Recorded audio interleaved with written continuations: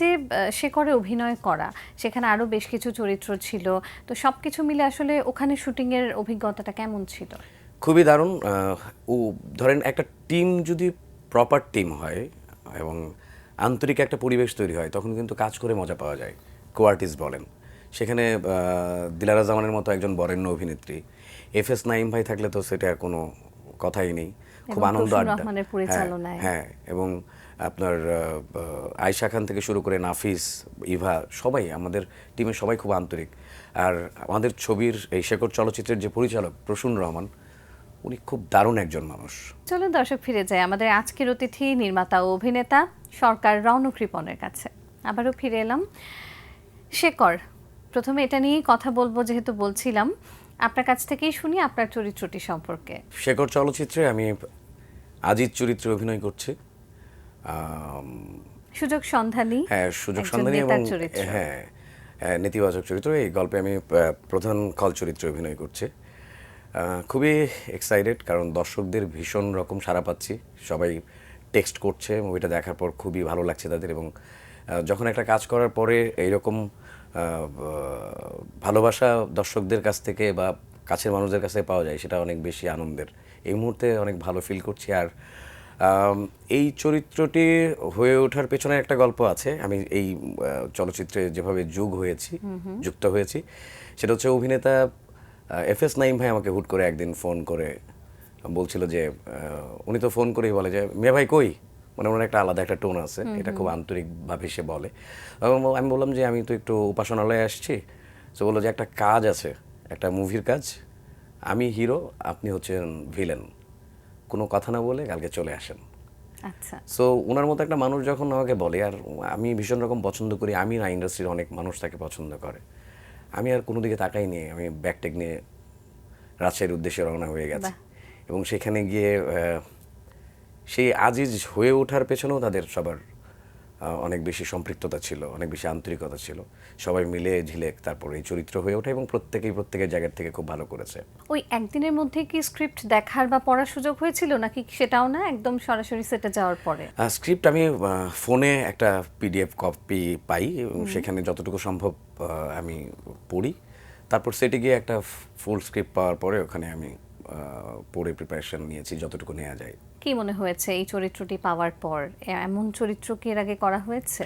যেহেতু মঞ্চে কাজ করেছি, টেলিভিশনে কাজ করেছি, প্রত্যেকটা জায়গায় অভিনেতা তো আসলে, আমি বলি সবসময় যে জল, তাকে যখন যে পাত্রে রাখা হবে সেই পাত্রে রাখার সে ধারণ করে। সো নেগেটিভ এবং পজিটিভ ক্যারেক্টার যাই বলি না কেন, সব ক্যারেক্টারেই মানে মোটামুটি খেলেছি আর কি ক্যারেক্টার নিয়ে। টেলিভিশনে নেতিবাচক চরিত্র আমি অনেক বেশি এনজয় করেছি। সো বড় পর্দায় এটা প্রথম হচ্ছে নেতিবাচক চরিত্রে অভিনয় করা। আপনার কাছে কি মনে হয়েছে এই চরিত্রটি করতে, যে বিশেষ কোনো নতুন চ্যালেঞ্জ আপনার ফেস করতে হয়েছে কিনা? একটা চরিত্র হয়ে ওঠা তো একটা টাফ জব। একটা অভিনেতা তো প্রতিনিয়ত যখন শুটিং করে, আর আমাদের সময়ের একটা ব্যাপার থাকে যে আমরা একটা চরিত্র হয়ে ওঠার জন্য যে সময়টা প্রয়োজন, সেই সময়টা কিন্তু আমরা পাই না, একদমই পাই না। একটা কাজ আজকে করেছি, আমাদের শুটিং শিডিউলের এমন একটা অবস্থা থাকে টাইমের, সেটার কোনো আগামাথা নেই।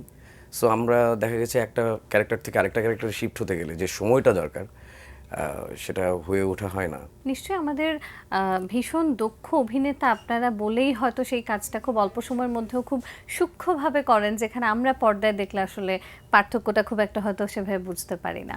তো এই যে শেকড়ে অভিনয় করা, সেখানে আরও বেশ কিছু চরিত্র ছিল, তো সব কিছু মিলে আসলে ওখানে শুটিংয়ের অভিজ্ঞতাটা কেমন ছিল? খুবই দারুণ। ও ধরেন একটা টিম যদি প্রপার টিম হয় এবং আন্তরিক একটা পরিবেশ তৈরি হয় তখন কিন্তু কাজ করে মজা পাওয়া যায়। কো-আর্টিস্ট বলেন, সেখানে দিলারা জামানের মতো একজন বরেণ্য অভিনেত্রী, এফএস নাঈম ভাই থাকলে তো সেটা কোনো কথাই নেই।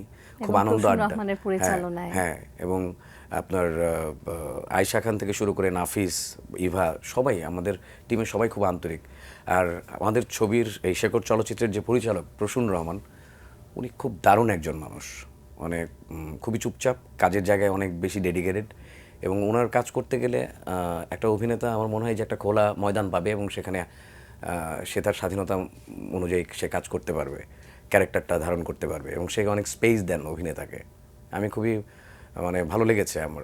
এর আগে কি প্রসূন রহমানের সাথে কাজ করা বা করব এরকম কোনো ইচ্ছে বা পরিকল্পনা ছিল কিনা, বা হঠাৎ করে যখন শুনলেন তখন আসলে কি মনে হলো? তার তো আগের কাজগুলো সম্পর্কে আমি জানি, যেমন সুতপার ঠিকানা খুবই সমাদৃত হয়েছিল। তার সাথে আমার কিন্তু ওইরকম কাজ থেকে কখনো পরিচয় হয়নি। আচ্ছা। হ্যাঁ, সো সে আমার কাজ দেখেছিল এবং ওই যে বললাম যে এফএস নাইম ভাই আমার সম্পর্কে তাকে বলেছে, আমার বিভিন্ন কাজ সে দেখেছে, কিন্তু তার সম্পর্কে আমি জানতাম। তার চলচ্চিত্রগুলো আমাদের দেশে এবং দেশের বাইরে খুবই সমাদৃত হয়েছে এর আগে। সো সব কিছু মিলিয়ে তার সাথে আমি কাজ করতে চেয়েছি। প্রথম হলেও আমার কাছে ভালো লেগেছে কাজ করতে। হ্যাঁ, সেটা নিশ্চয়ই আপনার কথা শুনেই বোঝা যাচ্ছে যে পুরো প্রজেক্টের সবকিছু মিলিয়ে আসলে অভিজ্ঞতাটা খুব দারুণ ছিল। তো আপনি যেটা বলছিলেন যে এই চলচ্চিত্রটি বেশ মানুষের কাছ থেকে সাড়া পাচ্ছে, বা বিশেষ করে আপনার চরিত্রটি সাড়া পাচ্ছে খুব। তো আমার তো মনে হয় এই সাড়াটি আপনি আরও গত 1 বছর ধরে যখন থেকে বিভিন্ন ফেস্টিভ্যালে চলচ্চিত্রটি গিয়েছে বা যাচ্ছে এখনো, সেখান থেকেই তো খুব সাড়া পেয়েছেন আমি শুনেছি।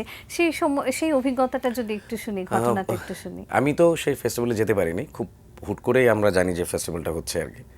তো ফেস্টিভ্যালের প্রোগ্রামটা হয়ে যাওয়ার পরে আমাকে অভিনেতা এফএস নাইম ভাই কিন্তু মেসেঞ্জারে জানিয়েছেন যে আমার চরিত্র নিয়ে, আজিজ চরিত্র নিয়ে সবাই ভূয়সী প্রশংসা করেছে।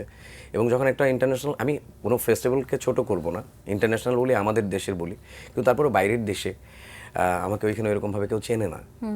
সেইখানে এক ধরনের কি বলে প্রশংসা, সেটা একটা অভিনেতার জন্য অনেক বড় পাওয়া আমি মনে করি। এবং এফএস নাইম যখন আমাকে বললেন যে এরকম আপনার অভিনয় দেখে সবাই খুব প্রশংসা করেছে, খুব ভালো লাগছে আমার, সো আমারও খুব ভালো লেগেছে আসলে। ভীষণ চমৎকার। আর আমার তো মনে হয় দর্শকরা বা আমরা এখনো অনেকেই হয়তো দেখিনি চলচ্চিত্রটি, যারা দেখেনি তারা অবশ্যই আজের চরিত্রটি দেখে নেবেন খুব শীঘ্রই, কারণ সব হলেই মোটামুটি এখন চলছে। তো আমি যেটা শুনছিলাম যে প্রথম দিন বেশ কিছু হলে একদম হাউসফুল ছিল, এবং আপনাদের অভিনেতা বা শিল্পীদের মধ্য থেকেই সবার বন্ধু বান্ধব বিভিন্ন জেলা থেকে এসে তারা যুক্ত হয়েছে একসাথে চলচ্চিত্রটি বসে দেখবে বলে। ঢাকাতে সবাই এসে হাজির হয়েছে, সবাই একদম মানে একেবারে মুখরিত একটা পরিবেশে সবাই মিলে একসাথে দেখেছেন। সেই অভিজ্ঞতাটা কেমন ছিল? একটু আগে থেকে বলি, সেটা হচ্ছে এর আগেও আমি যখন অভিনয় করেছি চলচ্চিত্রে, তখনও আমার বন্ধু বান্ধবরা, বিশেষ করে আমার ব্যাচের বন্ধু বান্ধবরা, আমার একটা এসএসসি 98 এইচএসসি 2000 একটা ব্যাচ, সেটার একটা ফেসবুক পেজ আছে, সেখানে সারা বাংলাদেশে প্রায় 40,000 মেম্বার। ওরা খুবই ইন্সপায়ার করে আমার কাজকে। এর আগে এশিয়া মডার দেখতে ওরা প্রায় 2টা শোতে আমরা 500 জন বন্ধু আমরা কিন্তু সিনেপ্লেক্সে দেখেছিলাম। এবারও সেটার ব্যত্যয় ঘটেনি। 31শে জুলাই আমরা সন্ধ্যার শোটা আমরা মোটামুটি প্রায় 100 জন বন্ধু কিন্তু আপনার খুলনা, রাজশাহী, মানিকগঞ্জ, টাঙ্গাইল, নরসিংদী, নারায়ণগঞ্জ, চিটাগং এবং ঢাকার আশেপাশের সব এলাকার বন্ধুবান্ধবরা মিলেই কিন্তু আমরা এই হই হুল্লোড় করে এই মুভিটা এনজয় করলাম 31 তারিখে। এবং ওরা সবসময় ইন্সপায়ার করে শুধুমাত্র আমাকে না, ওরা নিজেদের ফেসবুক পেজ থেকেও কিন্তু বাংলা চলচ্চিত্র নিয়ে লিখে যে এইটার পথ যেন আরও বেশি সুদৃঢ় হয় বা আরও এগিয়ে যায়। সো এটা অনেক বেশি ভালো দিক আমার কাছে মনে হয়। নিঃসন্দেহে, কারণ যারা ঢাকায় কাছাকাছি আছে তারা একত্র হওয়া বিষয়টা একরকম, কিন্তু বিভিন্ন জেলা থেকে এতগুলো মানুষ এভাবে আসে একটা নির্দিষ্ট সময় একসাথে একটা চলচ্চিত্র উপভোগ করার জন্য, এটা কিন্তু আমাদের বাংলা চলচ্চিত্রের জন্য একটা ভীষণ প্রাউড একটা এক্সপিরিয়েন্স বা মোমেন্ট। একদম। সবকিছু মিলিয়ে শেকড়ের কাছ থেকে বা দর্শকদের কাছ থেকে শেকড় নিয়ে আর কি কি ধরনের প্রত্যাশা রয়েছে? এই দুদিনে তো মোটামুটি একটা ভালো সাড়া পাচ্ছেন, সামনের দিনগুলোতে কি মনে হচ্ছে? আমাদের সবারই তো শেকড়ের গল্প আছে, শেকড়ের টান আছে, এবং প্রত্যেকটা মানুষেরই কিন্তু শেকড়ের গল্প আছে, ফেলে আসার গল্প আছে, অতীতের গল্প আছে। তারা যদি তাদের অতীতটাকে আবার নতুন করে নিজেদের মধ্যে জাগিয়ে তুলতে চায়, আমার মনে হয় তাদের সবার শেকড় চলচ্চিত্রটা দেখা উচিত। আর এই 2 দিনে সবাই অন্ততপক্ষে জেনে গেছে যে শেকড় নিয়ে কি পরিমাণ উৎসব শুরু হয়েছে চারিদিকে। সো হয়তো আমরা খুব করে প্রমোশন করতে পারিনি ওই রকমভাবে, আমরা আর্টিস্ট বা ডিরেক্টর থেকে শুরু করে আমাদের টেকনিক্যাল টিম যারা আছে তারা নিজেরা মিলে, এবং আপনাদের চ্যানেল বা বিভিন্ন চ্যানেল থেকে ওরা যেভাবে প্রমোশন করছে, ওই অতটুকুর মধ্য দিয়ে যতটুকু হওয়া সম্ভব ততটুকু হচ্ছে। আমি দর্শকদেরকে বলবো অবশ্যই আপনার শেকড়ের গল্প দেখার জন্যে, এবং আমি প্রবাসী ভাইদেরও বলবো যে আপনারা সবাই শেকড় দেখেন, কারণ সেখানে আপনাদের গল্প আছে। শেকড়ের গল্প তো হলো, এছাড়াও আপনার আরো নানান রকমের অভিনয়ের তো কাজ রয়েছে। এবার একটু নির্মাণের প্রসঙ্গে আসি। আপনি নির্মাতা হিসেবেও বেশ প্রশংসিত হচ্ছেন। সম্প্রতি আপনার কিছু প্রজেক্টও এসেছে, দুটো কাজ করা হচ্ছে বা হয়েছে, সেগুলো সম্পর্কে একটু শুনতে চাই। আমি 3টা একক নাটক বানিয়েছিলাম, এর মধ্যে 2টা অনিয়ার হয়েছে, সমান সমান এবং তুষি। তুষি মুক্তির অপেক্ষায়। আর জিনের বাচ্চা নামে একটা খুব ইন্টারেস্টিং একটা প্রজেক্ট, সেটা হচ্ছে মাহাদি হাসান টিঙ্কুর লেখা, আমার ডিরেকশন। শ্যামল মাওলা এবং তামান্না হক বর্ণা সেখানে অভিনয় করেছে। আই থিঙ্ক দর্শক খুব এনজয় করবে। আর তাছাড়া আমি নিজেই আরেকটা গল্প লেখার চেষ্টা করছি, একটা স্বল্পদৈর্ঘ্য চলচ্চিত্র, দ্য পাওয়ার অফ বিউটি, একটা মেয়ের গল্প নিয়ে, একটা পরিবারের গল্প নিয়ে এবং একটা মেয়ের বেড়ে ওঠার গল্প। আপাতত এই পর্যন্ত। আর এমনিতে অভিনয় করেছি ভিকি জায়েদের দ্য বাংকার নামে একটা ফিকশন করেছি, আর আশরাফুজ্জামানের ডিয়ার নায়িকা নামে একটা কাজ করেছি, সম্প্রতি রিলিজ হবে এটা। এই যে দ্য পাওয়ার অফ বিউটি, এবারে কি প্রথমবার ভেবেছেন যে গল্পটাও নিজে লিখবেন এবং ডিরেকশনটাও আপনারই হবে, নাকি এর আগেও এটা হয়েছে? টেলিভিশন নাটক আমি নাটক বা টেলিফিল্ম আমি নিজে লিখেও ডিরেকশন দিয়েছি, অন্যান্যরাও স্ক্রিপ্ট করেছে আমার। বাট স্বল্পদৈর্ঘ্য চলচ্চিত্র যদি বলি, এটাই আমার প্রথম লেখা আচ্ছা। এবং আমি নিজে ডিরেকশন দিতে যাচ্ছি এটাতে, এবং আশা করি এটাও ইন্টারন্যাশনাল ফিল্ম ফেস্টিভ্যাল এবং আমাদের বাংলাদেশেও আমি কয়েকটা ফিল্ম ফেস্টিভ্যালে এটা জমা দিব আর কি। নির্মাণ নিয়ে আর কি কি পরিকল্পনা সামনে রয়েছে? অনেক আগে থেকে আমি একটা ফিচার ফিল্মের জন্য স্ক্রিপ্ট করা শুরু করেছি, দেউড়ি নামে। আমি যদি গল্পটা তো বলবো না, যদি বলা যায় যে আমাদের ইন্ডাস্ট্রির পুরো গল্পটা আমি একটা কুমারপাড়ায় নিয়ে গেছি, আচ্ছা। যেখানে মূর্তি বানায়। হ্যাঁ, যারা মূর্তি বানায় তাদেরকে লোকালি এখানে দেউরি বলে, কারিগর বা দেউরি বলে। সো আমাদের এখানেও তো কারিগর আছে, যারা ধরেন যে আমরা নির্মাতা যারা, আমাদেরকে তো কারিগরই বলা হয়। হ্যাঁ। সো এই গল্পটা, পুরো ইন্ডাস্ট্রির গল্পটা আমি একটা কুমারপাড়ায় নিয়ে ফেলেছি। এটা রূপক অর্থে আপনি বলতে পারেন যে আমাদের ইন্ডাস্ট্রির গল্পটা ওইখানে আমি বলবো আর কি।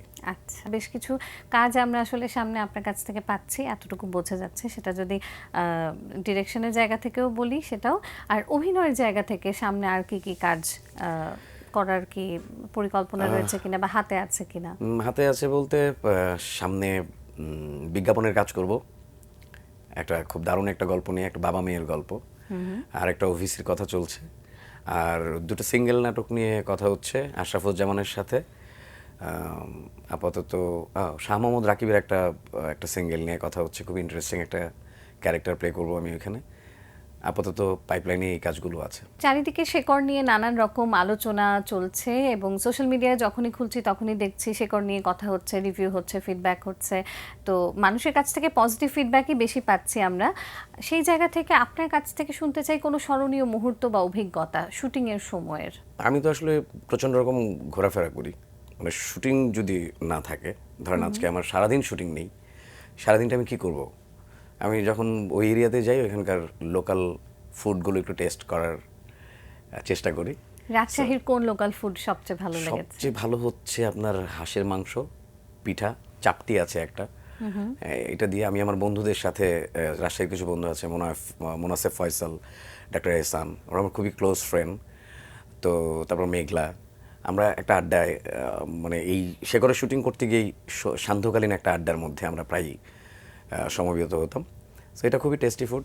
আর অভিজ্ঞতা বলতে একটা মন খারাপের গল্প বলি, এটা আমি ইতিপূর্বে অন্য ইন্টারভিউতে বলেছি। মন খারাপ বলতে আলপনা গ্রাম নামে একটা গ্রাম রাজশাহীতে আছে, যেখানে আমাদের শেকড়ের কিছু অংশ শুটিং হয়েছে। তো ওই দিন আমার দিনের বেলা কোনো শুটিং ছিল না, কিন্তু আমি ভেবে রেখেছি যে আলপনা গ্রামে আমি যাব শুটিং ইউনিটের সাথে এবং থাকবো।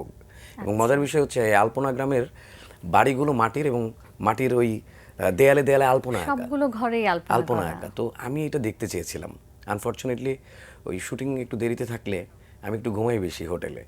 তো সকালবেলা যখন উঠেছি তখন দেখলাম যে ইউনিটে সবাই চলে গেছে, আমার যাওয়া হয়নি। নাইম ভাই আমাকে বলেছিল যে চলেন, কিন্তু আমার পরে আর ওইখানে যাওয়া হয়নি। তার আগের দিনও কথা হইলো ঘুম থেকে ওই ওই ওই ব্যাপারটা মিস করেছি। আমরা একেবারেই আড্ডার শেষ প্রান্তে চলে এসেছি, সময় হাতে তেমন নেই। তবে হ্যাঁ, শেকড়ের যেই ভূয়সী প্রশংসা আমরা পাচ্ছি এবং মানুষের যে ভালো লাগায় আমরা উদ্ভাসিত হচ্ছি, সেটা আসলে আরও অনেকগুলো দিন সামনে রয়েছে। সেই দিনগুলোতেও আমরা প্রত্যাশা রাখি আরও দর্শকরা হলে এসে চলচ্চিত্রটি দেখবেন, সেই প্রত্যাশা থাকবে। এবং অবশ্যই আপনার নির্মাণ এবং অভিনয় দুটো নিয়েই থাকবে অনেক অনেক শুভকামনা। ধন্যবাদ আপনাকে।